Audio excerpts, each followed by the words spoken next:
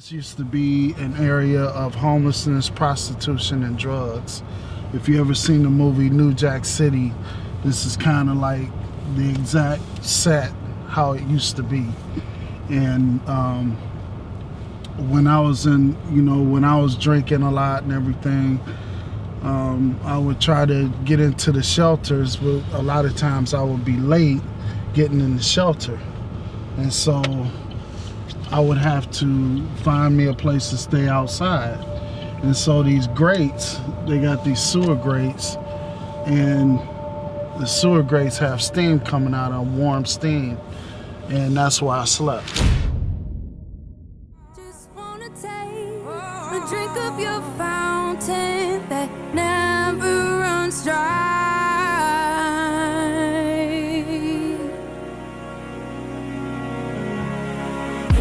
So much pressure to get it right. It's like all eyes are on me, but I'm supposed to be free. So this is Hawthorne right here. This is where I came after St. Francis Home for Boys, and it's also where I came that night my mother chased me down the street with a knife, and I ended up at the police station. And so this is where I was at. It was probably about 8, 9 o'clock at night when we showed up, and I was admitted for the second time. And right at that top floor there is where I used to look out the window and wait for my mother to show up, and a lot of times she wouldn't show up. And I would stay back, and I would have fits and end up in the quiet room, and it's like this little padded room that they have where they lock you up at, and until you calm down. And back then they had tranquilizers, like pills that they would give you to help you calm down. And so this is Hawthorne. But I wanted you to wear button-up just in case. Yeah, gotta be ready. Gotta be ready. That's my post. Got to. Yeah. Yeah, man. Especially next to you, bro. This is really creepy. I'm in like a time zone right now because I haven't walked up to this door since 1983. Okay.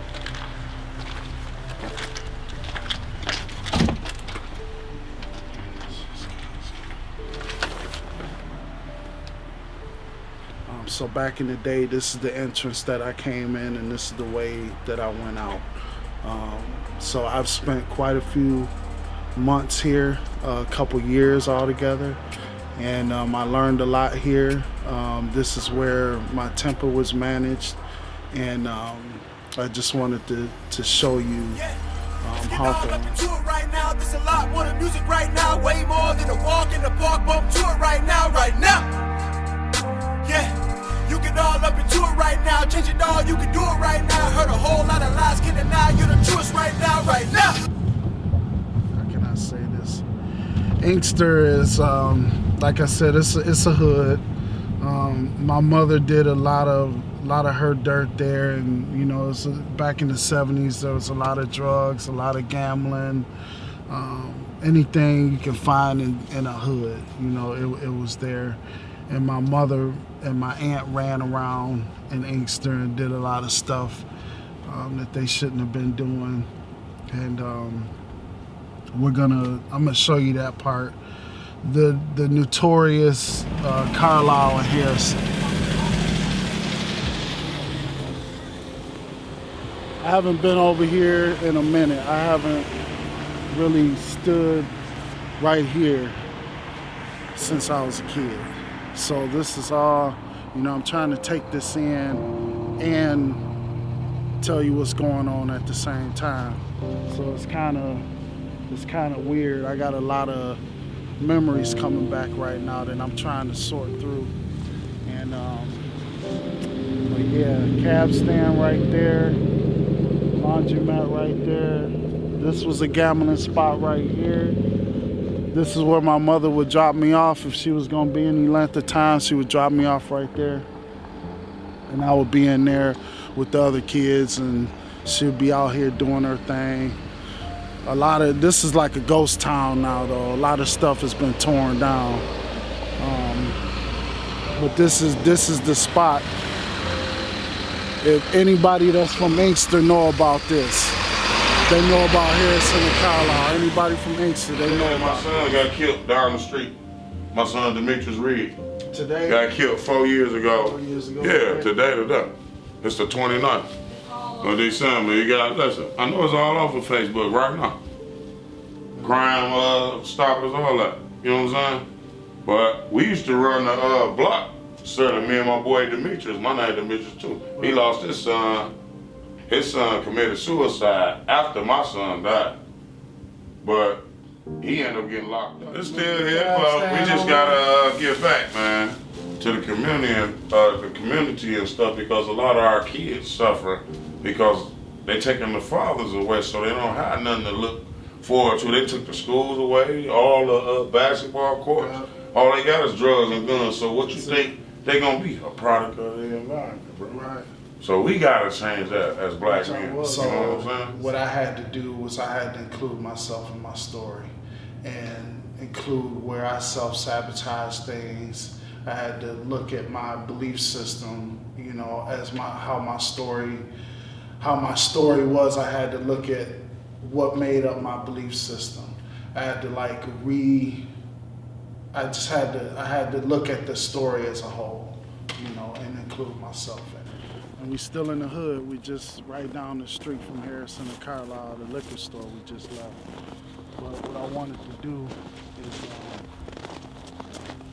last time I saw my mother, we got into a fight, and you know, we was drinking together, and we got into a fight, and I stormed out the door, and I threw my 40 bottle at her and just missed her head.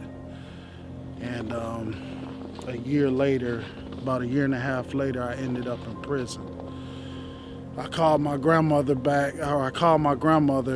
to, you know, tell her where I was and try to make some type of amends. And my aunt answered the phone and told me that my mother had been dead for a year. And so the last time I saw my mother was in a fight when we were both drunk.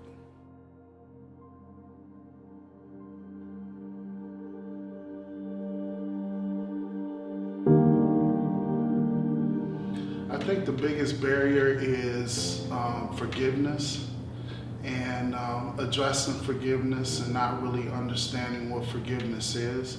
I think another barrier is the lack of willingness to know, you know, what actually happened, you know, when it comes to, you know, the abuse and neglect. Well, you know, what was happening with the parents at the time. You know, a lot of youth they're so traumatized to where they don't really care about what the parents was going through. They don't care to understand it. So the biggest barrier, one of the biggest barriers, is the lack of understanding. So in my case with my mother, I went through life just thinking that she didn't care about me, or she just let them come get me. She just didn't want to be a parent anymore, or there was something about me that she didn't like. When the truth of the matter is that she had a drug problem. This is Aylin Stamps, your resilient foster kid here. Today, I just thought I'm kind of at a loss of words right now, but I thought I'd just let you in on my process of healing today. And today I'm at my mother's grave. Just coming to pay her a little visit. I'm down here visiting my grandmother, and I decided to stop in, pay my mother some respects, and just kind of talk to her for a minute. There's still a process of healing in all this that I'm going through, and it has a lot to do with acceptance. It has a lot to do with my understanding of what went on with my mother, and understanding addiction, and understanding how addiction works.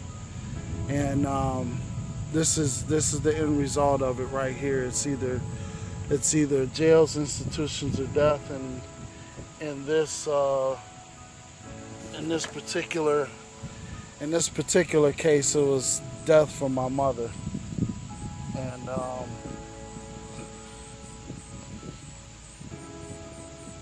I just want to say this: my mother loved me. My mother really loved me, but it was the drugs that she just couldn't raise me as an average. So this is my grandmother's house. This is where I grew up until I was about 8 years old, and this is where I was taken from.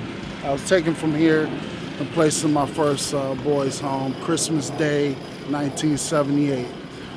The house looks much different than what it looked like, back then. So since then, it's got new siding and garage and everything like that. But it didn't look nothing like this. You do things like that when your kids move out. Today I got the key to my grandmother's house. I couldn't say that she would trust me with anything back in 1990.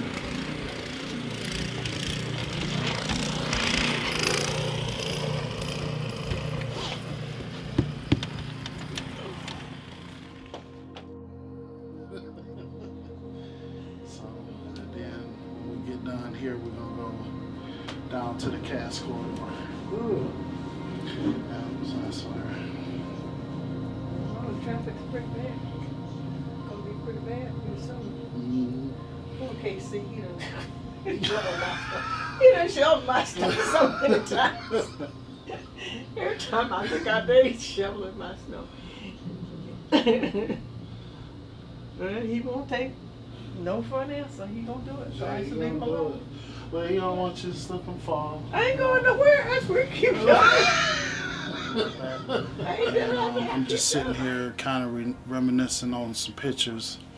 And this was my Aunt Marilyn right here. And she got killed back in 1987. And she had a problem with addiction. And her lifestyle had led her into a place where, so Marilyn was the first one of the kids to die, and my mother took it hard, and I think that's really what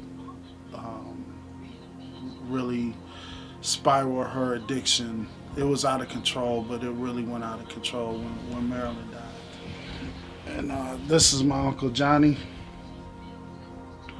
My favorite uncle. He died in the 90s. I can't remember exactly what year it was, but he died of AIDS, and he lived a different lifestyle. That's the best way I can put it. And he got HIV, which eventually birthed itself into AIDS. And so very handsome guy.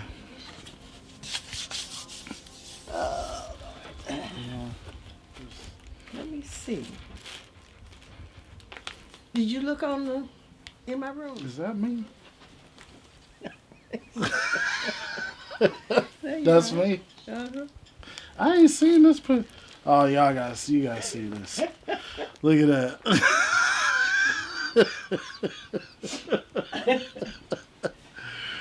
Oh man, and then that's me right there.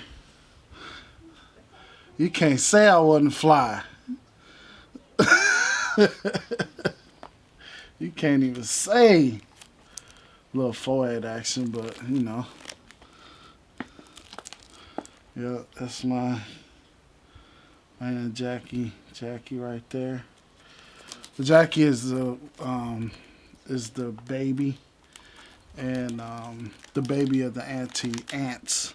Me and her was real close. We was like brother and sister, and she just died last year. And she had cancer, she had diabetes, and she had Crohn's disease. But the cancer is what got her. And it was real hard on us. So this year was a hard Christmas. It was a real hard Christmas for us. This is when I was 13. You know, it's a Jerry curl with the bow tie.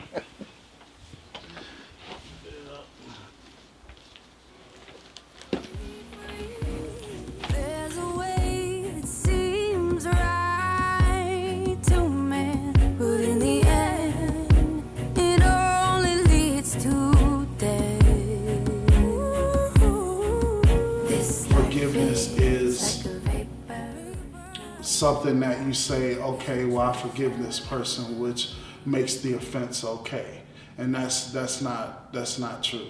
Forgiveness is something that you can't wait for your feelings to line up with. It's a decision that you make. It's you know, you're saying, okay, I'm gonna let this go. It wasn't right what you did. I don't like what you did, but I'm gonna let this go, and I'm gonna try to work on,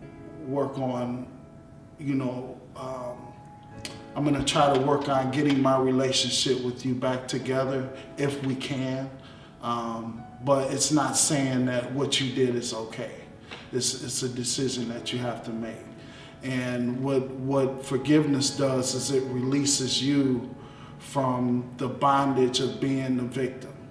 And it releases you from anger. It releases you a lot of times from depression. So forgiveness is a huge thing, and it's a hard sell to people that's, you know, been afflicted by foster care and abuse and neglect, because a lot of times what we do is we personalize it. I'll just, you know, part of me forgiving is coming out here to see her, coming out here to talk to her.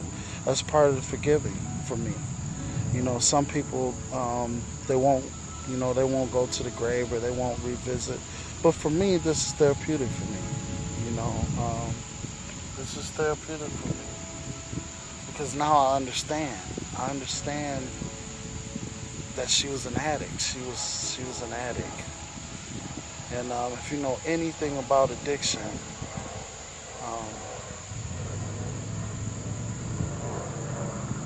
I can't even describe it. This is KC right here, a good friend of mine and a really good friend of my grandmother's. They like family, and he like family to me. And he's also the president of the Garage Bombs out here in Inkster.